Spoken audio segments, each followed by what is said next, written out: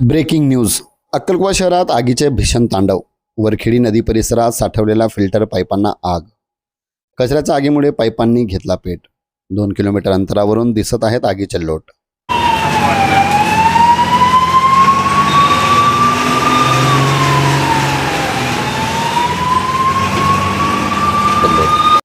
तालुक्याच्या ठिकाणी अग्निशमन दल नसल्याने आग विझवण्यात अडथळे। तळोद्यातील अग्निशमन वाहनांच्या माध्यमातून आग विझवण्याचे प्रयत्न।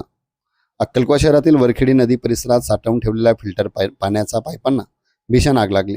परिसरात लावलेल्या कचऱ्याच्या आगीने रौद्ररूप धारण केल्याने शेजारील पाईपांच्या ढिगाऱ्याने पेट घेतला।